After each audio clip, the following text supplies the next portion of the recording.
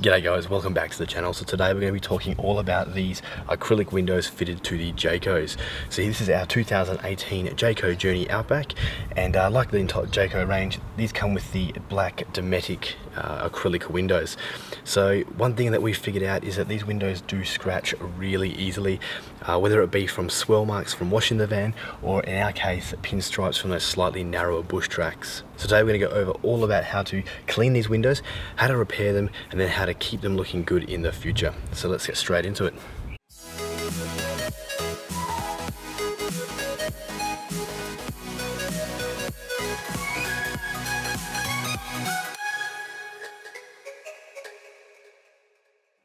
So guys, this is the window that we intend to work on today. This is on the passenger side of our Jayco 17.58-3, and as you can see there, as I move the camera up and down, there's quite a few pinstripes and scratches along this window which we're going to try and remove today. So first of all, let's go through what we need to do this. Okay guys, to get this job done, I'm going to do it in 3 separate stages. So the first thing I'm going to do is just clean the windows as I would normally do when I clean the van, and that's just using normal soap and water and a sponge, just as the instructions when you buy the van say to do. I'll be drying it using a normal chamois, so that's all as you would normally do when you wash your van after you come home from a trip. The second stage I'm going to do today is I'm going to attempt to repair the windows by taking out those swirl marks and those pinstripes by using an electrical orbital buffer here, and this is going to be used in conjunction with a product by Autosol, which is just an acrylic polish, and then I've also to go with that a fine polishing pad as well. So these acrylic windows are very delicate, and you do want to be using a fine polish with a fine polishing pad to make sure you don't put any more swirl marks into them. So obviously I've got the microfiber towel to go with that, and also you don't have to be using electrical buffer. It is going to make it a lot easier if you do, but if you do just have a normal applicator pad, you can use that as well. So moving on to the third step we're going to do today as well is going to be adding a layer of protection over the windows just to try and prevent those swirl marks and pinstripes from occurring so easily in the future. I'm going to be using a product by Turtle Wax, which is Ice Seal and Shine.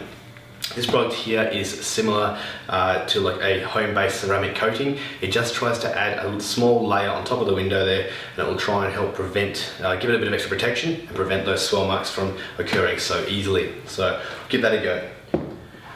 Now the way I'm going to do this is I'm going to divide the window up into 2 sections. I'm going to do half of that main window that we spoke about earlier. I'm going to see how well this product works, these 3 steps work. We're going to pair the 2 halves and see whether it's worth doing. So let's go to the van and get this started. Okay, so like I said earlier, first step, wash down the window and get it all dried up. So for washing this window down, I'm just going to follow Jayco's recommendations, which is using soapy water and a regular car washing microfiber sponge. So one of my tips here, when using that microfiber sponge, try and use it in a horizontal motion only and avoid swirling around.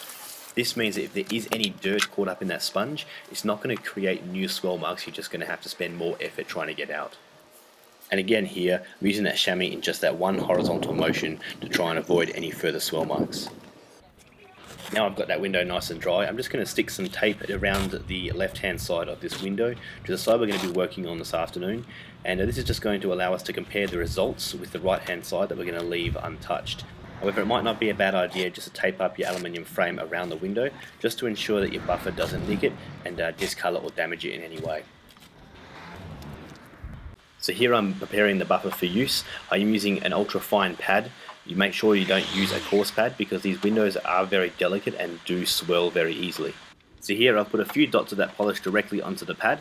I've then pressed that against the window and started the machine on a slow speed just to spread that polish around that top half of the window that I'm going to be working on. Once it's spread evenly, I then turn the machine up to a higher setting and I gently pass overlapping passes both left to right and up and down to make sure I get even coverage across that entire section. So it's also very important to monitor the heat of the area that you're working on. These buffers do generate a fair amount of heat, and the last thing you want to do is burn the plastic or mar it. So just use the back of your hand to touch the panel from time to time and make sure that area is not getting too hot. So once you're happy, you can then grab a clean microfiber towel. This will be the only time that you use that in a swirling motion to try and buff off the residual polish left on the window. I have found that this particular acrylic polish is quite sticky and doesn't quite buff off as easily as say a car wax or polish. So before getting rid of all of that residual polish left on the panel, a quick inspection, and I did notice a couple of areas I wanted to pass over again. So I'm quickly here just applying a little bit more polish, a little bit more pressure, and going over that top section of the window again in overlapping passes, left to right and up and down.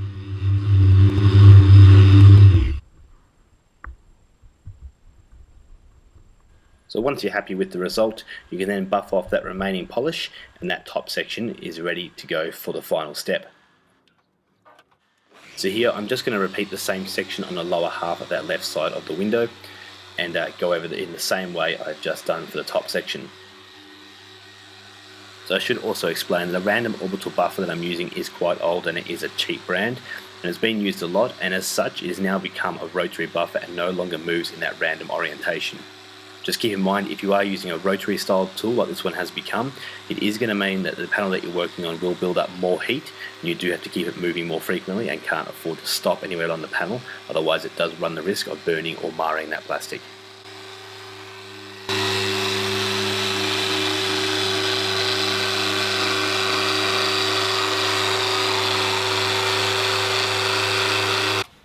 So once you're happy with the area that you've worked on, just wipe all that residual polish off with a clean microfiber towel and just inspect the panel to make sure you haven't left behind any swirls or any further scratches that you want to remove prior to fitting the protective coating.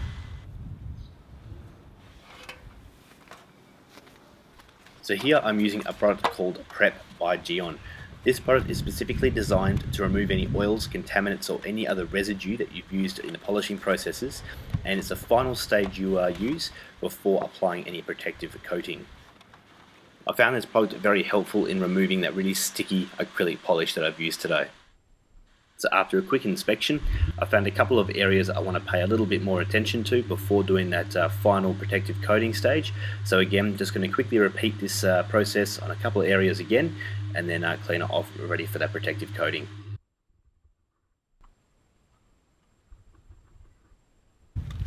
So like I mentioned earlier, the sealing product I'm going to use today is Turtle Wax Ice Seal and Shine. So this is a silicon dioxide, and essentially it's like a consumer-based ceramic coat.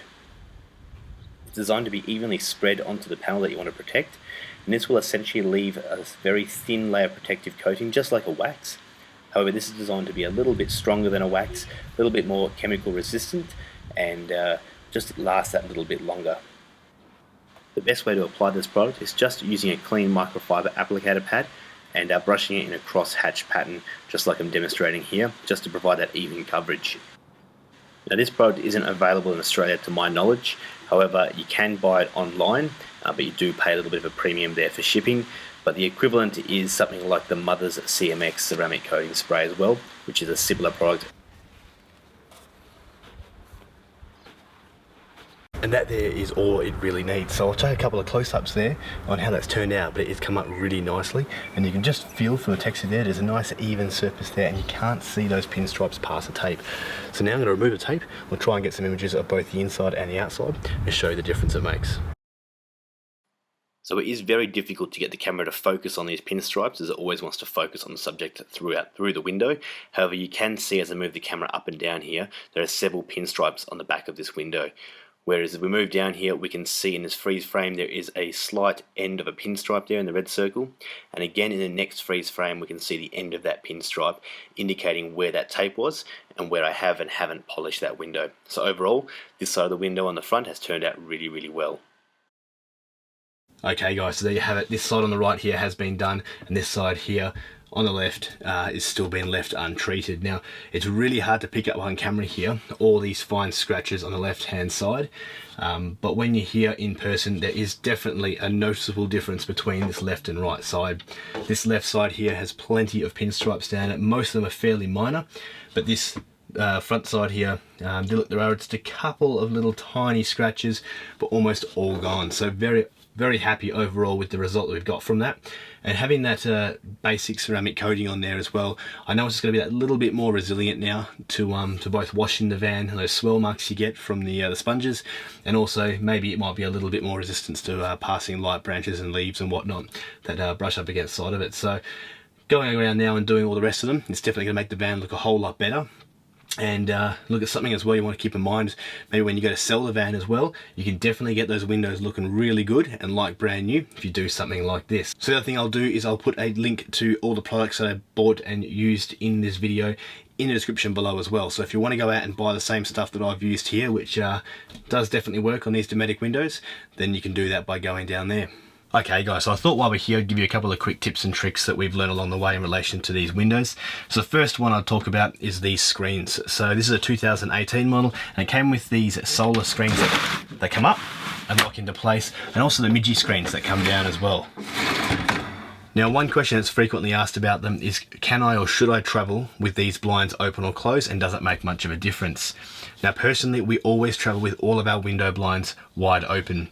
And the reason we do that is both the top and bottom of these rollers are on springs. So when these are dislodged, they do spring down to the bottom, and the midgie screen here will spring up to the top.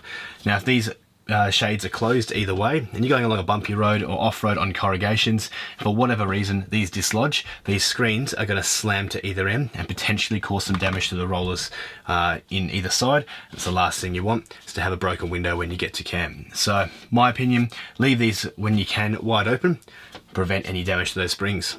Okay, so the second tip I have for you guys is these little locking mechanisms. So this is quite a large window here and it's got 4 of them. So it's fairly well known that you just turn them 90 degrees, all 4 of them, and then you can push the window out and open it out to however far you want it to. But what's not always so well known is the fact that you can bring them in and you can turn these at 90 degrees just before they do lock all the way in. What that means is that your window is going to be ajar just a couple of mil there, and it also protects it from security as well. So when you have all 4 of them done like that, you're still going to have a window that's fairly well secure when you're free camping, but it's going to allow a tiny bit of airflow there and also help prevent condensation inside your van. Now you never want to travel with it like this, but it is pretty handy for those warm nights where you want that security of a nice closed window. So look guys, I hope you've enjoyed the video. It's only a quick one today, but if you did like it and you did learn something, make sure you like the video and subscribe to our channel. We do try and chuck out a few of these videos on both our Land Cruiser 200 series and little tips and tricks we do to this van as well. So stay tuned and we'll see you in the next video. Thanks for watching guys.